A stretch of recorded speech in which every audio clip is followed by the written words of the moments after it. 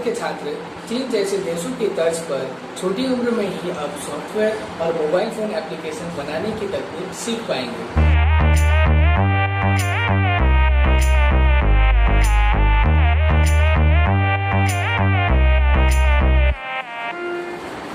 34 वर्षों के बाद भारत में नई शिक्षा नीति योजना की घोषणा कर दी गई है। कहते हैं कि अगर किसी देश में कोई बड़ा बदलाव करना हो तो सबसे पहले उसकी शिक्षा नीति को बदलने की जरूरत पड़ती है। तो अब इसकी शुरुआत हो चुकी है। हमारे भारत सरकार के मानव संसाधन विकास मंत्रालय ने इस नई शिक्षा नीति योजना की घोषणा कर दी है। तो आइए आज हम और आप मिलकर इस नए परिवर्तन, इस शिक्षा में एक नए परिवर्तन को हम मिलकर जानते हैं। सबसे पहला परिवर्तन यह आया है कि जो हमारा पुराना 10+2 का फॉर्मेट चलता आ रहा था अब तक, अब उसको चेंज कर 5+3+3+4 के फॉर्मेट में बना दिया गया है, जिसमें पहला 5 वर्ष फाउंडेशन स्टेज के नाम से कहलाया जाएगा, जिसमें पहला 3 वर्ष बच्चों को आंगनबाड़ी में रखा जाएगा। उसके बाद बाकी के 2 वर्ष बच्चों को खेल कूद अलग अलग गतिविधियों से उनको पढ़ाई और शिक्षा दी जाएगी। इन कक्षाओं के छात्रों के लिए अब पहले जैसा किताबों का बोझ नहीं रहेगा, यानी कि अब किताबें कम और किताबों की बोझ कम और ज्ञान ज़्यादा मिलेगी बच्चों को। इसके बाद के 3 वर्षों में आते हैं क्लास 3 से कक्षा 5वीं तक के स्टूडेंट्स के लिए, जिसमें बच्चे पढ़ेंगे अलग अलग कलाओं को, जैसे कि हो गया विज्ञान, गणित, कला, सामाजिक विज्ञान आदि। यह सब बच्चे कक्षा 3 से 5वीं कक्षा तक में पढ़ेंगे और इसमें बच्चों को भविष्य के लिए भी तैयार किया जाएगा। इसके बाद के 3 वर्षों में कक्षा 6 से 8वीं कक्षा के छात्रों को निश्चित तय पाठ्यक्रम के बारे में पढ़ाया जाएगा और इस क्षेत्र को मिडिल स्टेज के नाम से करार दिया गया है। इसके बाद के 4 वर्षों में कक्षा 9वीं से 12वीं कक्षा का आखिरी स्टेज होगा। छात्रों में विश्लेषण क्षमता को भी बढ़ाया जाएगा और इसी के साथ साथ छात्रों को भविष्य के लिए किसी बड़े लक्ष्य को हासिल करने के लिए उनको प्रेरित किया जाएगा। अब स्कूलों में भी पहले जैसा स्ट्रीम सिस्टम अब और नहीं रहेगा। मतलब यह है कि अगर आर्ट्स का कोई छात्र फिजिक्स का पढ़ाई करना चाहता है तो वह ऐसा कर पाएगा, और वैसे ही अगर अकाउंट्स का कोई छात्र साइंस का पढ़ाई करना चाहता है या फिर फिजिक्स का पढ़ाई करना चाहता है तो वह भी ऐसा कर पाएगा। लेकिन संभव है कि इसके लिए अलग अलग विषयों का एक पूल तैयार करना होगा और आपको उस पूल से ही अपने विषयों का चुनाव करना होगा।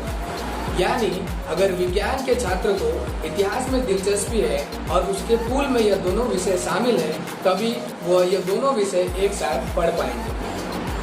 हालांकि अभी इसका पूरा स्पष्टीकरण आना बाकी है, लेकिन हमारे यहाँ जो पहले की स्ट्रीम सिस्टम चलती आ रही थी, जिसमें हम तीन विषयों पर पढ़ाई करते थे, जैसे कि आर्ट्स, कॉमर्स एंड साइंस, जिसमें माना जाता था कि अगर हमने साइंस लिया है तो हम ह्यूमैनिटीज नहीं पढ़ पाएंगे, या कॉमर्स लिया है तो साइंस नहीं पढ़ पाएंगे, या फिर आर्ट्स लिया है तो हम कॉमर्स नहीं पढ़ पाएंगे। लेकिन अब इस नई शिक्षा नीति के द्वारा इस नहीं पढ़ पाने वाली शिक्षा को हटा दिया गया है और अब आप आर्ट्स लेकर साइंस या कॉमर्स पढ़ पाएंगे, या फिर फिजिक्स लेकर आर्ट्स या फिर कॉमर्स पढ़ पाएंगे।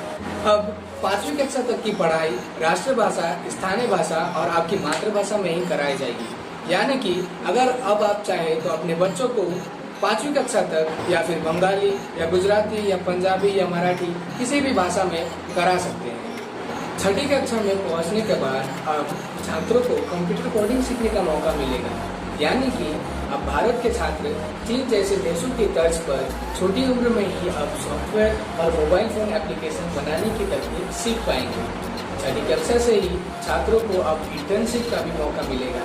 यानी कि अब किसी भी छात्र को अगर किसी खास विषय में रुचि है तो वो अब उसका प्रैक्टिकल नॉलेज हासिल करना अगर वो चाहे तो अब वो इंटर्नशिप के द्वारा यह सब चीज़ कर सकते हैं। उदाहरण के लिए अगर आपका बच्चा पेंटिंग करना चाहता है तो वो किसी पेंटर के पास अब इंटर्नशिप करने के लिए जा सकता है। वैसे ही अगर आपके बच्चों को अगर सॉफ्टवेयर एप्लीकेशन में इंटरेस्ट है तो वो अब किसी सॉफ्टवेयर कंपनी में जाकर इंटर्नशिप द्वारा सॉफ्टवेयर एप्लीकेशन भी सीख पाएगा। अब 9वीं से 12वीं कक्षा तक की परीक्षाएं अब सेमेस्टर के आधार पर होगी। यानी अब 1 साल में 2 सेमेस्टर लिया जाएगा और हर साल के 6 महीने में 2 परीक्षाएं होगी। और अब उनके मार्कशीट इन्हीं 2 सेमेस्टर के हिसाब से तय किया जाएगा।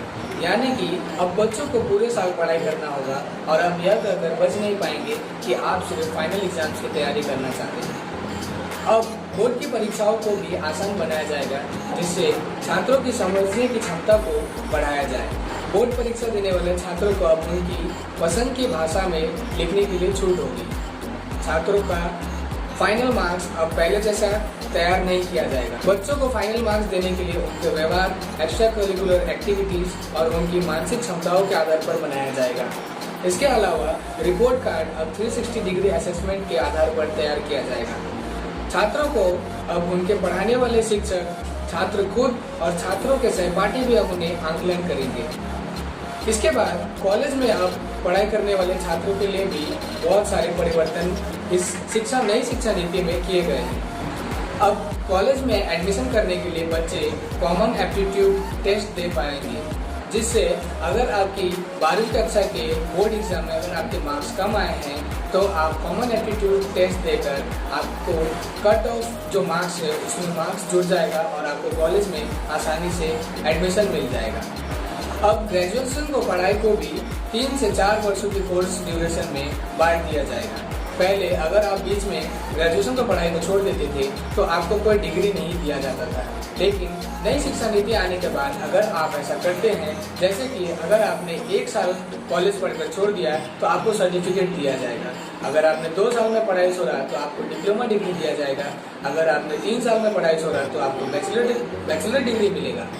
और अगर आप 4 साल का पूरा ग्रेजुएशन कोर्स करके कॉलेज से निकलते हैं तो आपको रिसर्च के साथ डिग्री दिया जाएगा। अब स्कूल के छात्रों की तरह कॉलेज के छात्र भी अलग अलग विषयों की पढ़ाई एक साथ कर पाएंगे और इस सिस्टम को मल्टी एंट्री और मल्टी एग्जिट सिस्टम नाम दिया गया है। यानी कि अगर छात्र एक किसी विषय के बारे में पढ़ना चाहते हैं और वो पढ़कर कभी वो छोड़ना चाहते हैं तो वो ऐसा कर पाएंगे, और फिर अगर वो वापस किसी और दूसरे कोर्स को करना चाहे तो ऐसा भी वो कर सकते हैं। आप इसके अलावा अब एक एकेडमिक क्रेडिट बैंक बनाया जाएगा, जिसमें अगर आप 1 से ज़्यादा कोर्स एक साथ करना चाहते हैं तो आप ऐसा कर पाएंगे और जिस कोर्स को आप जहाँ तक पढ़ना चाहते हैं वहाँ तक पढ़कर छोड़ सकते हैं। और अगर आप फाइनल डिग्री किसी और कोर्स के साथ करना चाहते हैं तो आपका वो क्रेडिट अकाउंट मार्क्स था वो आपको फाइनल डिग्री के मार्क्स में क्रेडिट बैंक के थ्रू इसमें ऐड कर दिया जाएगा और यह पूरी व्यवस्था डिजिटल और ऑनलाइन के थ्रू किया जाएगा।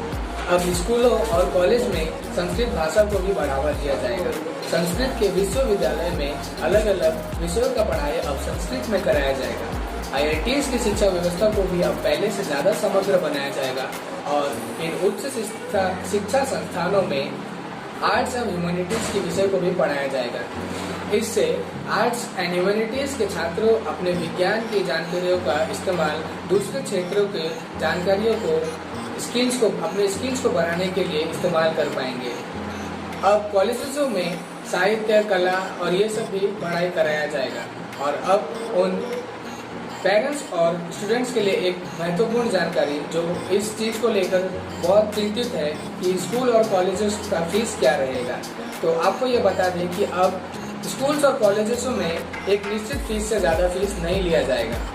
अब आप यह सोच रहे होंगे कि यह नई शिक्षा नीति कब से लागू किया जाएगा, तो आपको यह बता दें कि इसके लिए जो बिल तैयार किया गया है उसका नाम नेशनल हायर एजुकेशन बिल है। इस बिल को फिलहाल कैबिनेट में मंजूरी दे दी है और इसको हर राज्यों में धीरे धीरे लागू कर दिया जाएगा। इस नई शिक्षा नीति के साथ अब मानव संसाधन विकास मंत्रालय का नाम भी बदल दिया जाएगा और उनका नाम शिक्षा मंत्रालय कर दिया जाएगा। इस नई शिक्षा नीति को वर्ष 2021-22 के एकेडमिक सेशन से चालू कर दिया जाएगा। हमारे वीडियो को देखने के लिए धन्यवाद। सुरक्षित रहे, स्वस्थ रहे।